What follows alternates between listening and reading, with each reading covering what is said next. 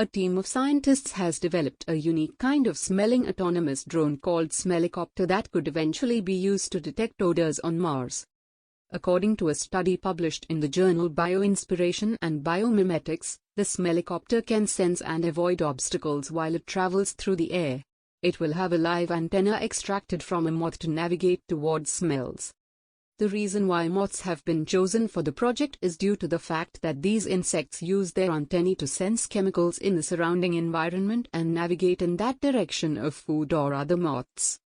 The drone, which has been described to have incredible potential, is small in size and possesses the ability to travel to places where humans cannot. A blog post on the official website of the University of Washington revealed that the Smellicopter can carry out dangerous tasks that involve going near an unstable structure, unexploded devices, or the apocalyptic aftermath of a natural disaster. Work is underway by researchers to tap the drone's capability of maneuvering through disparate situations by smelling chemicals in the air. This is considered crucial for trace locations of disaster survivors, explosives, gas leaks, and other scenarios. We did design the Smellicopter so that it would be small and fit into small indoor spaces which are not usually accessible to large drones, said Melanie Anderson, a doctoral student at the University of Washington. Talking about the future possibility of using the drone on the Red Planet, Anderson said, "I'm sure that the drone would be able to fly on Mars. It is still unclear how the moth antenna will react to the atmosphere of the Red Planet. I'm not sure how the antenna would react to the atmosphere, but if it did survive, it could smell chemicals there too," said Anderson. She said that certain components will have to be swapped for the ones suited for Mars, which will enable the Smellicopter to detect odors on the planet. While this is a significant breakthrough, the fact is that most artificial sensors are not sensitive or fast enough to identify, process, and pursue specific smells or odor plumes while hovering in the air. Natural sensors are much better at detecting odors than portable artificial sensors, Anderson said. Moth antennae are small, lightweight, low-powered, and extremely sensitive compared to artificial sensors.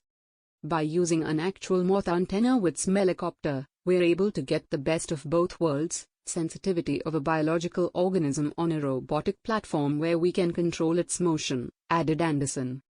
Before the antennas of the moths are removed for use, the insects are anesthetized in the fridge. Thomas Daniel, the co-author of the study and professor of biology co-supervising Anderson's doctoral research, said, "Cells in a moth antenna amplify chemical signals. The antennae used on the Smellicopter comes from a model moth species, the Manduca sexta, which has been used in other research projects as well." According to the blog post, once the antennas are separated from the live moth, it remains both chemically and biologically active for a period of 4 hours. However, this duration can be further extended with the help of storing the antennas in the fridge. Each end of the antennae was added with tiny wires by Anderson and her team, to connect it to an electrical circuit, which helped them measure the average signal from the antenna cells.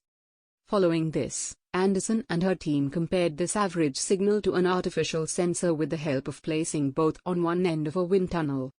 This would in turn let smells come down the channel of the air, and get a response from both sensors. The scents consisted of a floral scent and ethanol, which is a certain type of alcohol.